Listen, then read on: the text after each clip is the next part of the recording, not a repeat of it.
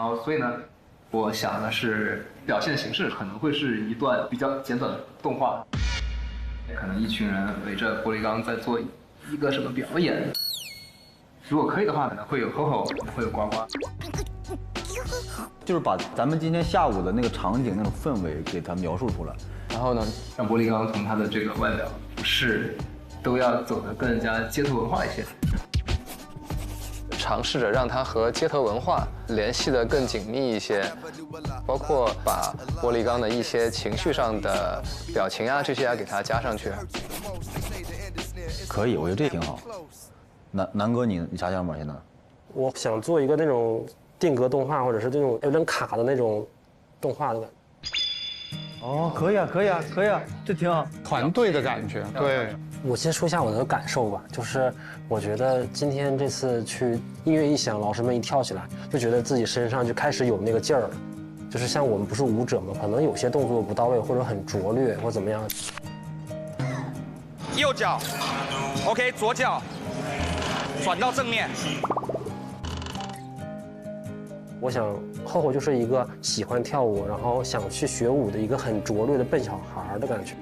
我想展现的是他更多失败的这个过程，而不是说我最后一个 ending pose。但是如果做一个有故事性的东西，它是需要一个连续性的。动画更能够去讲述这个故事，所以关于呱呱的一个表现形式的话，可能会把娃拍一些视频啊，然后配一些场景啊。所以我这次画呱呱，我就是打算像这样去表现。它是有一个很诡异、比较坏的那种笑容，但是它刚好隐藏在了这个帽檐下面。其实它肯定会有想要释放的那一面。所以你想做一个跟之前的呱呱有个反差的东西出来？对，还有各种各样的那些奇思妙想的那些纹路，类似于涂鸦的方式，就好像一堆油漆在墙上的那种感觉。但是它整个的造型还是把整个人包裹起来的样子。其实大部分学舞蹈的人都是属于 I 人，呱呱也是很内向、很忧郁的嘛。那其实他也是需要去抒发自己情感，所以我觉得契合度还蛮高的。这么听下来，其实挺适合的，巧妙地利用了呱呱之前那个安静的那个样子。对，那像这样基本上没问题了，挺好，没啥问题，我觉得。颁奖吧，赢了。哎，动画好哎，真的就可以做一个动画片，做一个动画片，各自的娃就代表一个选手。街舞大赛有请谁谁谁，跟谁 battle。其实江哥擅长这个的话，动画我们只能是做一些局部的小动画，因为如果按高哥那个描述的话，我们得用10个以上的聚宝盆。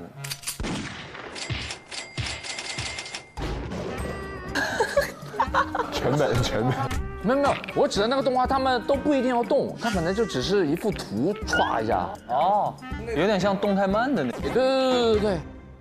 咱先想主题嘛，我觉得形式肯定这种就可以找一些。那我觉得他那个就不用想那么多，就是我这做一又好看又帅的就好了。雷仔他是一个王，就是他可以和冠军去做结合。战胜别的对手就要去拿别人的毛巾嘛，然后他最终得到了那条属于王的那个毛巾。其实我觉得他那挺好的，符合 Z 仔的一贯路子。那 Kido 就一定还是要具有自己的含义。你们要在你们这个赛道有一点情绪类的 emotional 这种重一点的，那你们要把这个赛道打死。我们可以做 Kido 的面具，戴上面具它是很酷的嘛。但你摘开，其实你身上会有一些擦伤啊，或者有一些难过的表情啊，就是有一个共情的这种东西。而且他们也是有时间限制的，到了一定年纪之后，就真的很多动作做不了，膝盖不行了。做一个老 Kido。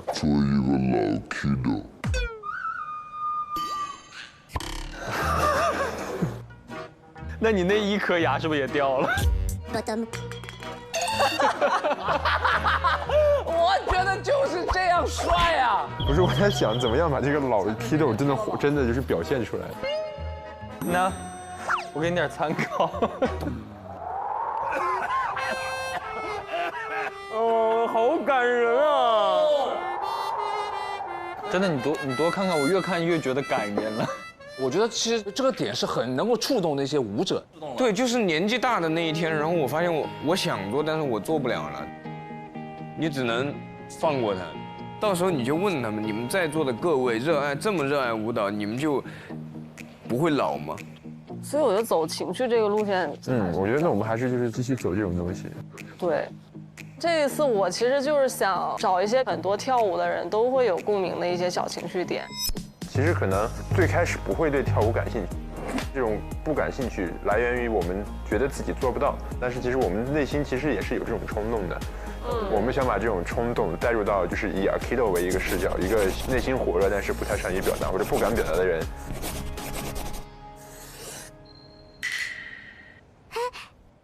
我们要不要也顾一顾那也？先给阿感打电话，要给他形容一下今天的事儿。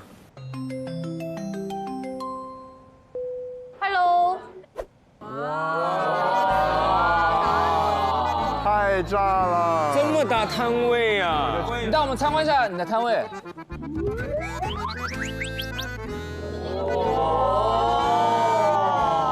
这么大！家大业大！我的天，赶厂长，600平米的摊位，赶总，你不能因为那边生意大，不管我们这边小生意啊！对啊，别搞笑了，就是。今天你们干嘛了？简单啊，很简单，这就是街舞的联名，不出实体，对，出方案，就相当于汇报就行。因为我缺席了真人秀的这趴，所以我非常独立的做了这个方案，纯凭我自己的感受去做的。因为这就是街舞的受众，然后我了解到的这些街舞的知识啊，这些东西都是从这个节目里来的。要把那也它本身的形象去贴合街舞，重新设计，然后3D 化表现，所以我就选了一个动画片的形式表现。因为我们这一次也不用出实体吧，艺术创作这个东西，我们觉得洒水的，没带怕的了。你做娃娃，大家除了看到视觉冲击之外，肯定也要有一些所谓的思考在里边吧。我觉得故事性我们算比较强，我们才诠释了真正的街舞精神。那我会尽我自己最大的努力去帮他们演。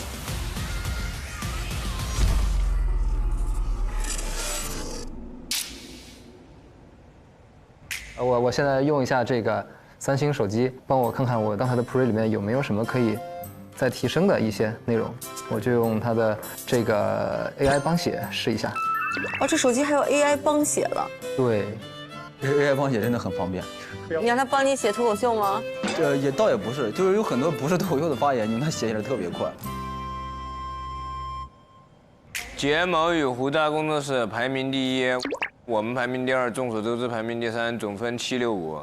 哎呀，这个分太近了，什么都有可能的。差距非常小，差距其实很小。唉，就是我们下一把，如果说我们拿到倒数第1名，就只有1分的加分，我们就变成了8分。如果现在已知的目前最低的，众所周知，他拿了最高分3，那他也是8。然后郑黑瑞元如果拿第1就是9，所以我们就是保2争1，因为只有1才不淘汰人。因为上一场并不是我们最终结果啊，对，我们还要再叠加这一场，我们要好好发挥，然后把这个差距拉小、缩小，我们还是有希望。加油，加油，加油！背水一战了已经。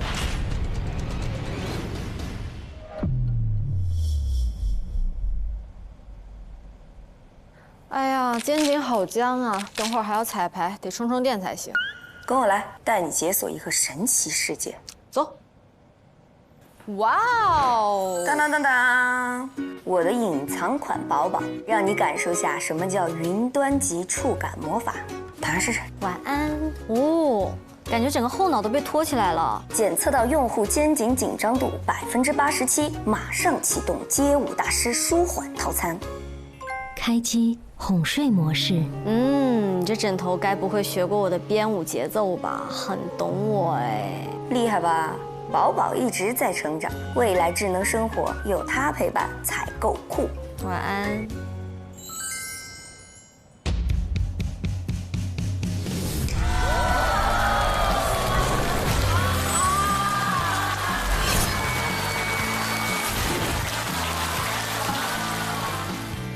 接下来有请3组工作室登场。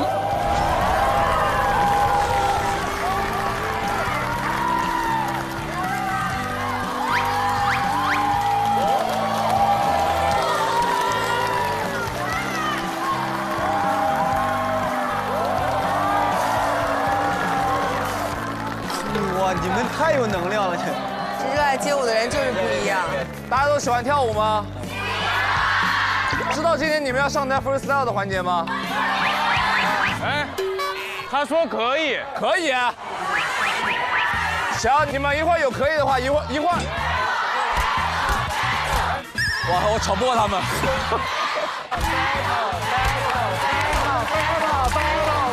哇塞！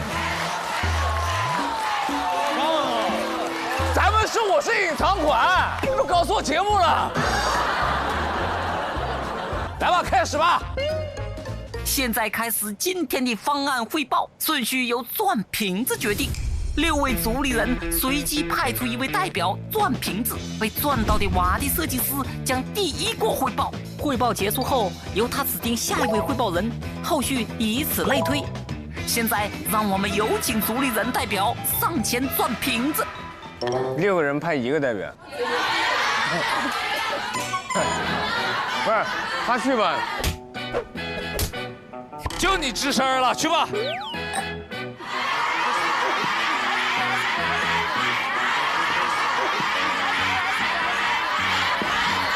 好。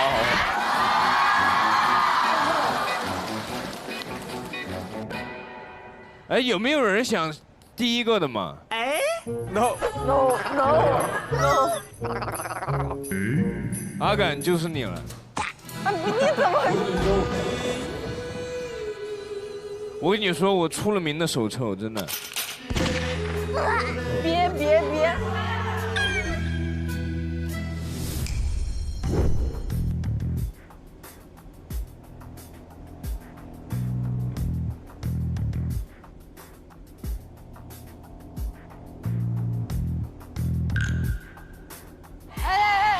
来了！啊！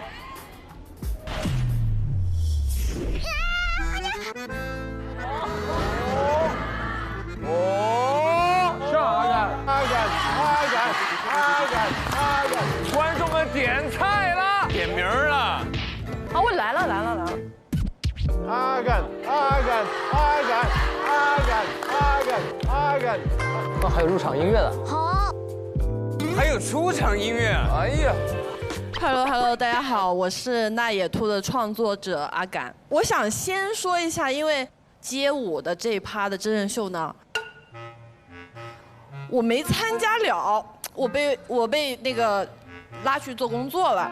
人家去了一个香港很厉害的潮流发布会，而且有一个自己的大摊位。 所以很不好意思呢，就是我没做了作业，所以我得交白卷了。哎呀！演你就演，演。怎么可能呢？他上来装了一下走了，他搞反转。好，我们嗨起来。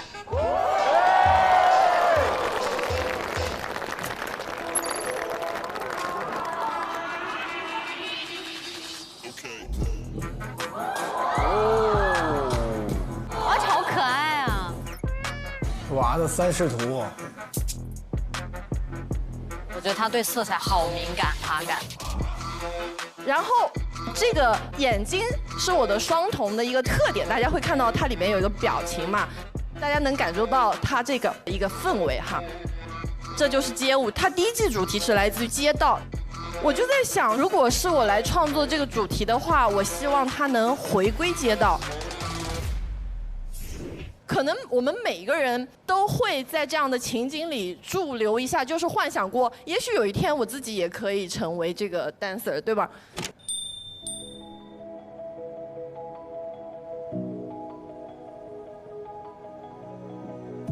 这里还有一些小小的细节，就是用了一个 红色的格纹的衬衣作为它的主外套，我非常喜欢第一季的有一个红色的战队，易燃装置。对。这个外套是千玺跳动完秀穿的衣服。把这街舞里边的衣服给它融到他娃里了。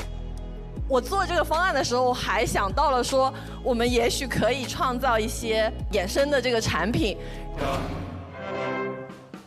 哇，生意人就是不一样。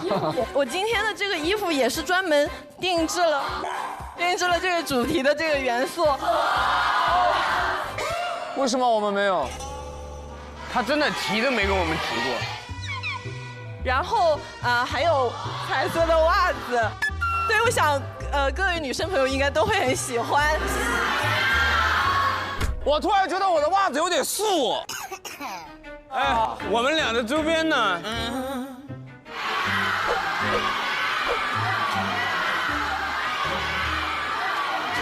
好的，等我们震撼瑞元集团的新产品，上链接，必须上链接。是个营销啊，非常好的营销，非常好的营销。好，我转瓶子吧，公平一点，好不好？好。希望大家记住这个兔子啊。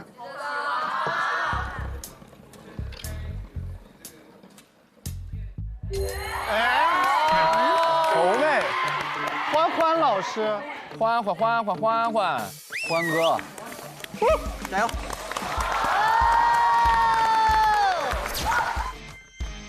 欢老师是游戏公司的，其实是撞到他们的专业领域了。他很有可能做很牛的动画，3D 的动画。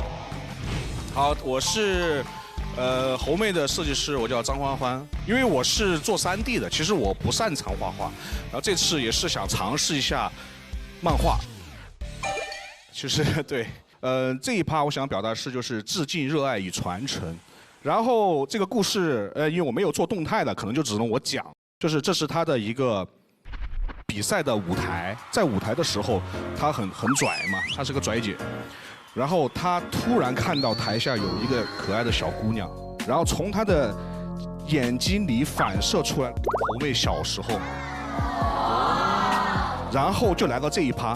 当年他在看一个街舞比赛的时候，这个是他的偶像，他看到了猴妹小时候。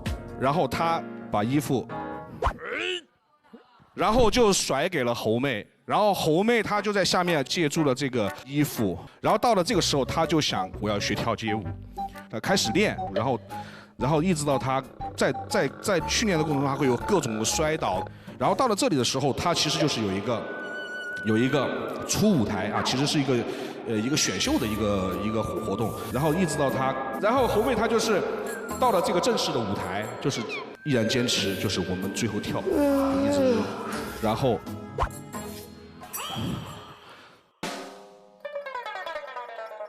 最后就成功的立起了他的这个招牌动作，对，就很少林寺和街舞的一个结合，大概就是这些 ，OK， 谢谢。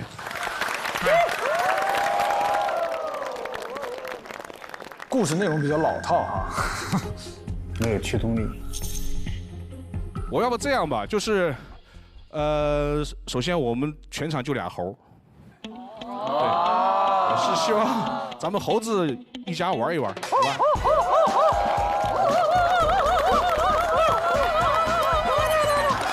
猴妹打厚厚。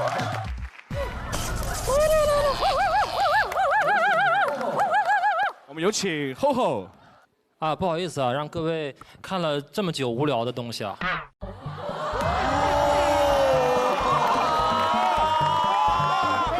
好重的火药味。然后我就是那个淘气水蜜桃的设计师啊，王拓南厚厚。然后我等大家先看一下，就是厚厚街舞的第一个 VCR。来了。哇哦！仔细看哦，其实有细节的。挺好的，好东西，好东西。哎，很帅，很帅，很帅，很帅。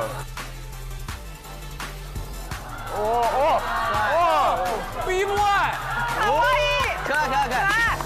哦。众所周知，把咱们这个厂牌也给放上来了。哦，可以啊，可以啊，可以啊，花了心思。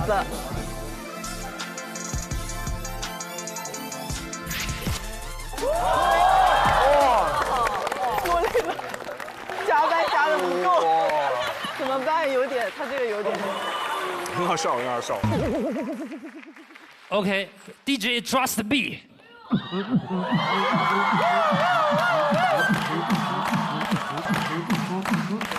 好了，没了，哎，差不多整活就意思得了。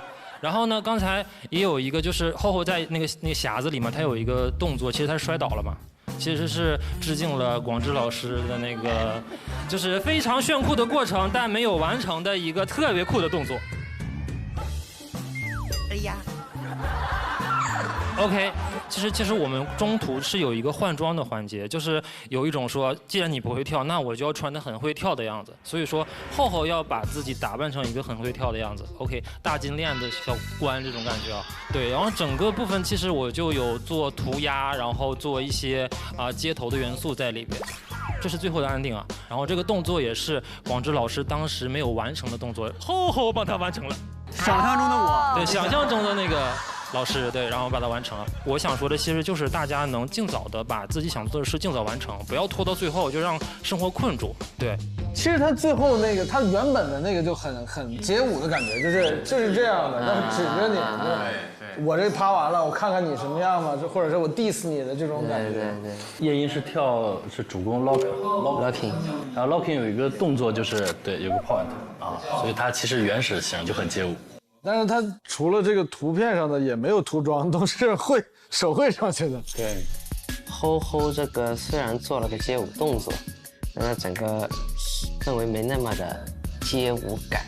它元素是有，反戴板帽啊 breaking 动作，但是范儿。然后有哪位想自己上来玩一下子吗？好 ，OK。加油加油 ！OK， 各位久等了，我们是来自 House Studio 的主理人，我叫飞鸟，我叫陈记。我们的设计来自于一个很简单的东西，大家现在现场里面也能看到，就是镜子。那么接下来请看 VCR。哇，境界，这个题压得很好，镜像有一点亮点。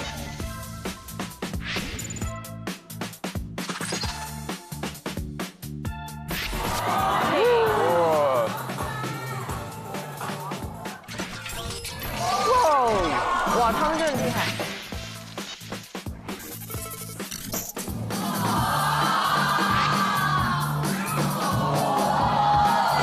就是这个声音，好帅呀！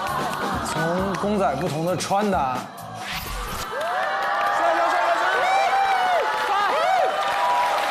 谢谢各位，谢谢各位。他的这个视频就突出了冰人的特点，冰人的特点就是换装。这可动冰人反而好设计街舞动作。对，其实对这个街舞项其实是比较占优势的。千玺赢了。我们把后面的看完吧，王总。我是相对他来说。是。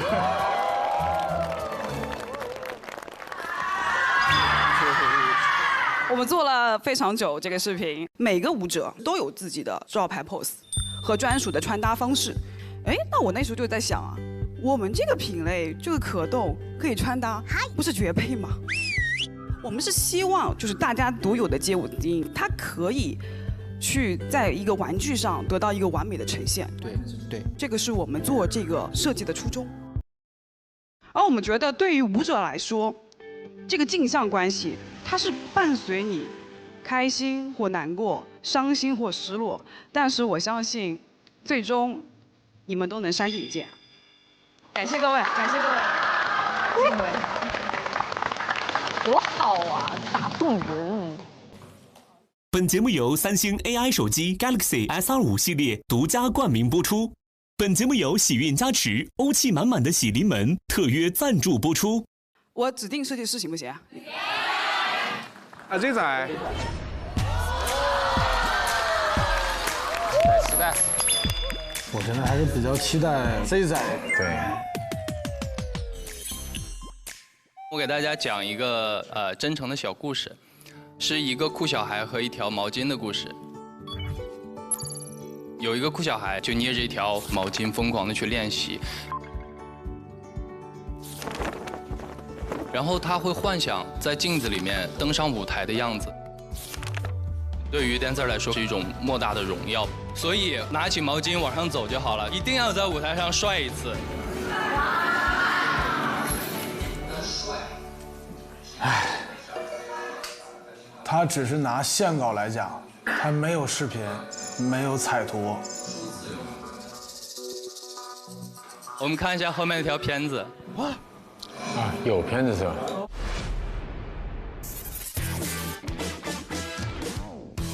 没有，还是这个。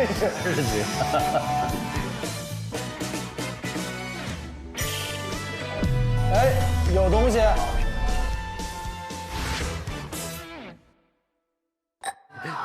但并不多。小动了一下。有，但是不多，加了音乐而已。这一期是 Akido 作为练习生的时候的一个角色。定格。其实我们去采风那天，然后我们也听了很多老师的故事。他们其实最开始是不敢上的，但真的就是有他们的父母在后面，就是上啊上啊，赶紧上去跳啊，或者跳啊是这种对。啊，选了一个3D。哦，一般的Akido 他面具是白色，为什么是白色呢？这是假面舞团。假面舞团啊。呱呱基本上都是很内向、安静的造型，现在可以蜕变成这个样子。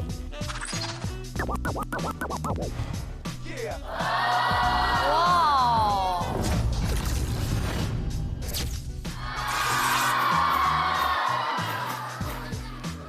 不，这怎么可能是他设计出来的？他衣服就这样的？这种质量啊，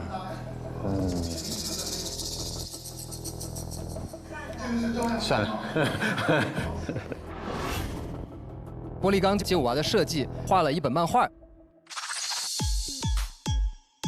玻璃钢有一双一直陪伴着他成长的一双舞鞋，有非常重要的活动的时候，他宁愿选择这双旧的鞋。还有跳舞最后要有一个非常帅气的 ending pose。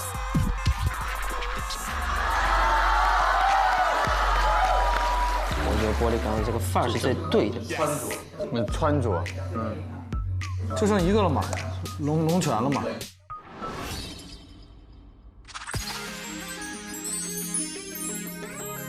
哦，他加点这个，布灵布灵，挺像那个游戏里边的人物的啊。对。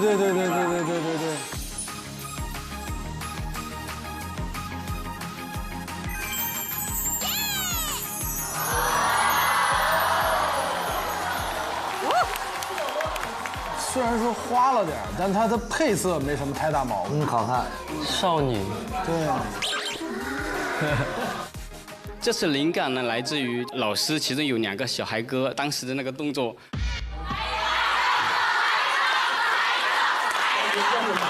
那有请我们的睫毛与火大登场。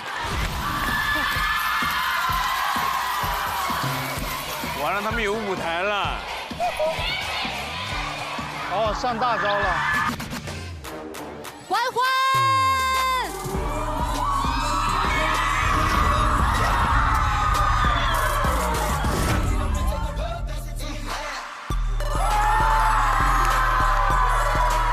浮云峰 ，Come on！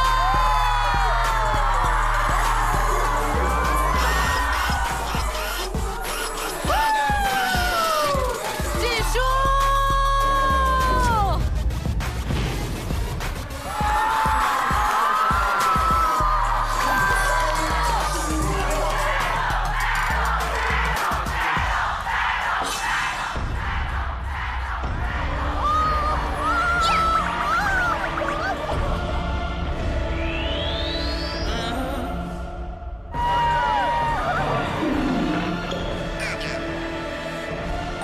我！救救我！救救我！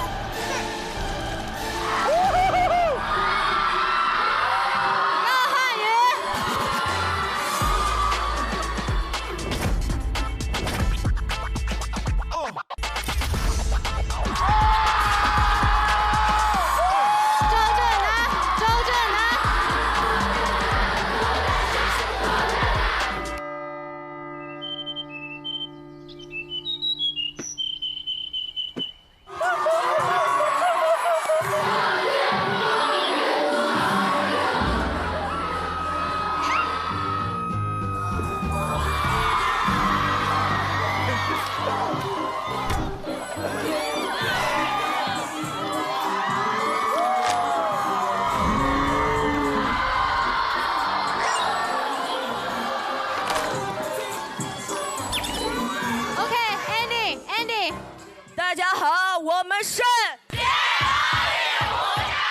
That's right。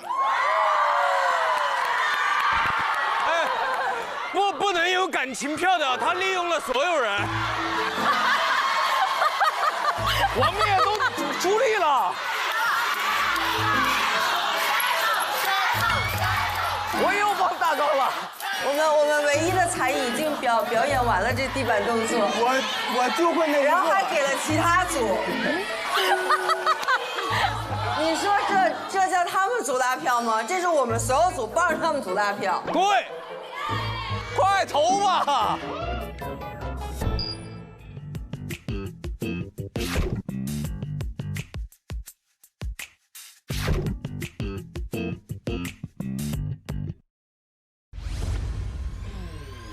！100位爱跳舞的大众玩家，根据最期待哪一个玩具实体为标准，投出自己宝贵的一票。这就是街舞 IP 方代表和 BOSS 团共拥有5票，投给他们共同认证的最好的一个潮娃设计方案。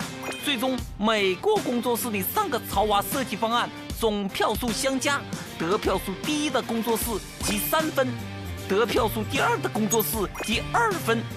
得票数第3的工作室积1分。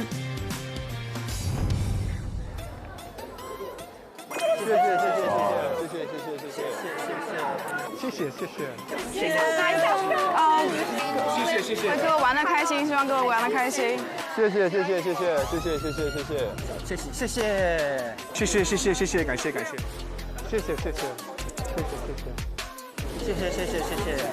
哦呦，完了，他那千玺那个有点猛的。感谢，谢谢你们，谢谢你们。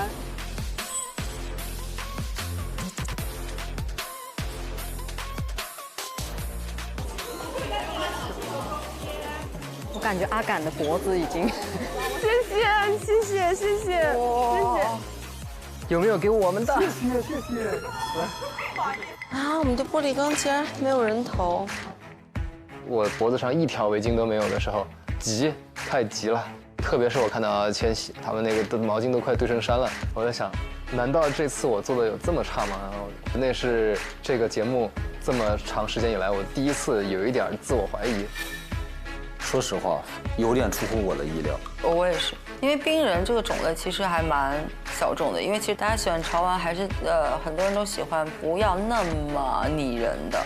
那如果能够把一个这么具象化的一个人，以及这么不具优势的类目，然后做到已经连续2次的大众评审都那么喜欢的话，那说明他还是有2把刷子的。谢谢你们，感谢你们来参加，谢谢，你是我的第1个。我刚选择的是龙女千玺，因为它运用了镜子以及穿搭，我觉得跟我的日常生活以及我要去上课之前的想法是很像。我给他那小孩，就是他其实是个内敛的小孩，但是他在这个主题的设计下，我就感觉他变开放了很多。我选的是那个红妹空空的那个，比较喜欢他那个传承的那个概念。我刚刚选的是那个龙女千玺，是那个关丝壁上儿童呱呱的。我选择是那个粉色的猴子厚厚，刚投的是 Z 仔玻璃糖。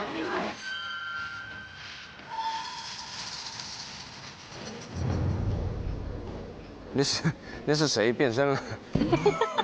头在哪里啊？有点好笑。阿岗和这是哪一位？你们俩可以组一个组合，真的。甜蜜的负担。来了来了 ，Hello 各位 ，Hello， 老师们好，老师们。我们其实在上面每个人打了一个分数，然后这个分数已经统计出来了，好像是2个人对吧？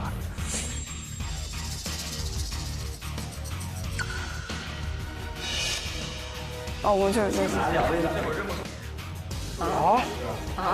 他是谁呢？请2位老师走向他。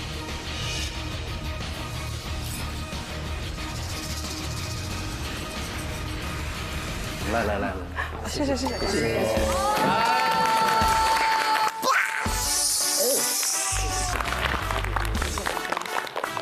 感谢。其实龙井天喜也不错，特别是他刚才那个小动画哈，印象还挺深的。他关键是最后那个换装，对，那个很酷。它像一个正经潮流玩具的这么一套，有那底子，对，有那底子。千玺这个角色，他刚好就把他换装的特点把它加进去了。而街舞就是什么呢？就经常换装，然后基于自己的情绪，然后换成不同的样子。他刚好就把握到了这个，而且做了很多的一些设计，这个特别好。还有一点非常打动人心的，因为只有跳过街舞的人才知道，就是我经常面对的是镜子里的自己，所以这是很打动我们的一点。非常紧张刺激的这个比赛啊，我觉得需要叶师傅带来一点点音乐和舞蹈。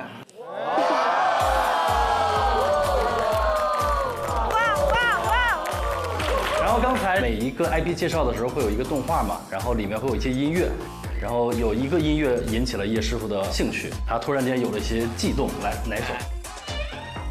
龙女千玺。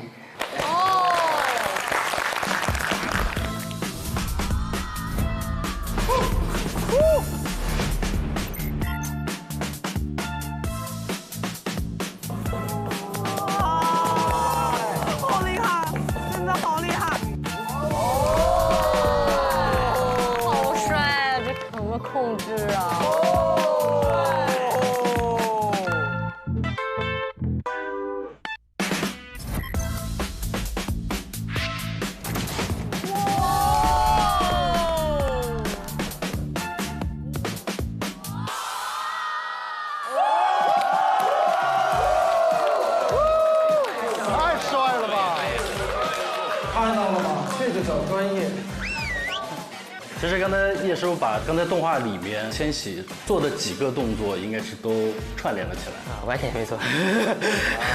做了。其实像龙女千玺，像我如果碰到一些这种可动的玩偶，我都会毫不住想把它摆出一个跳舞的 pose。包括我自己也会玩一些冰人。所以这个换装和可以改变动作，就恰好的表达了街舞这个东西的多样性。包括那个视频，把很多的舞种都放进去了。我觉得这个是真的很全面的一个跟街舞有关的产品。好，谢谢。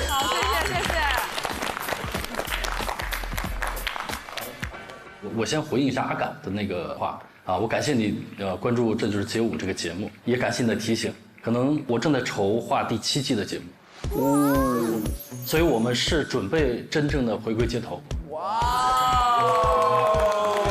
有被回应到，感总确实这个老板的思维啊。刚刚三国工作室已经统计了大众玩家的投票结果，我来总结一下啊。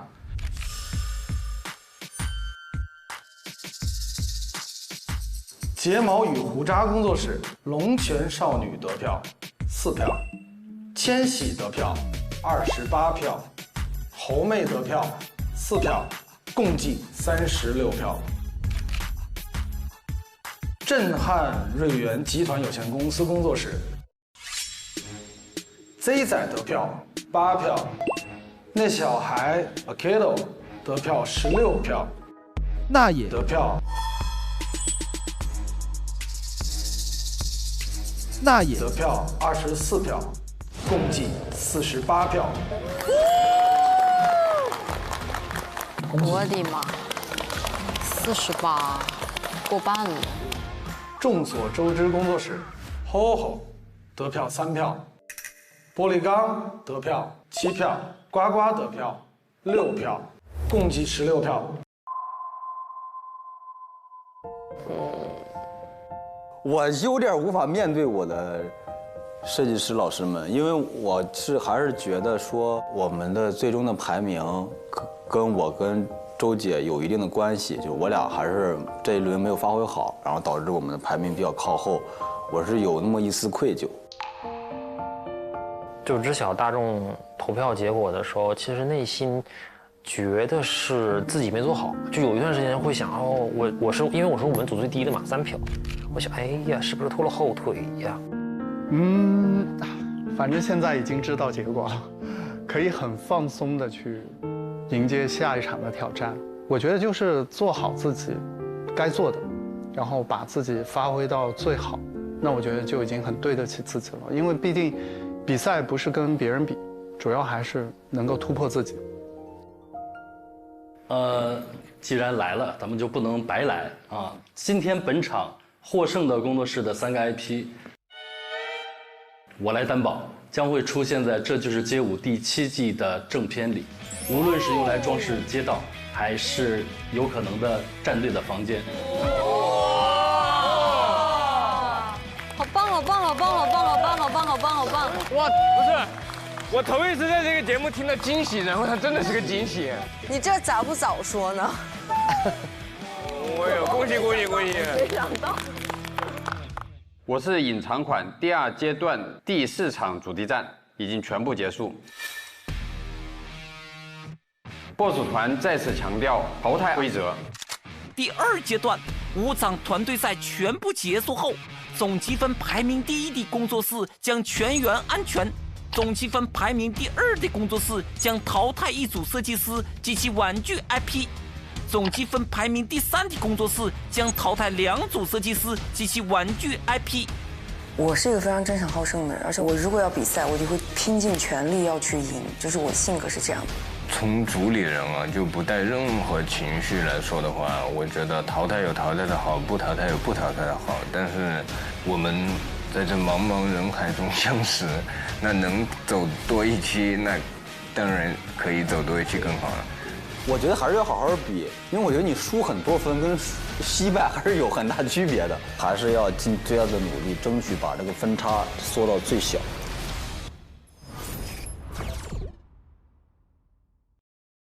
手淘搜索恋物 Coiland 旗舰店，选定好运球球礼。慢慢说，慢慢说。我觉得今天你可以把想说的说一说。委屈不讨好的事情不要做。你能接受异地恋吗？我觉得现在年轻人压力都比较大，我怎么工作不行，男朋友也没有。我们本场的主题赛，走进你的情绪，制作情绪娃。第1名的工作室全部晋级下一个阶段，第2名工作室需要淘汰1个 IP， 第3名工作室需要淘汰2个 IP。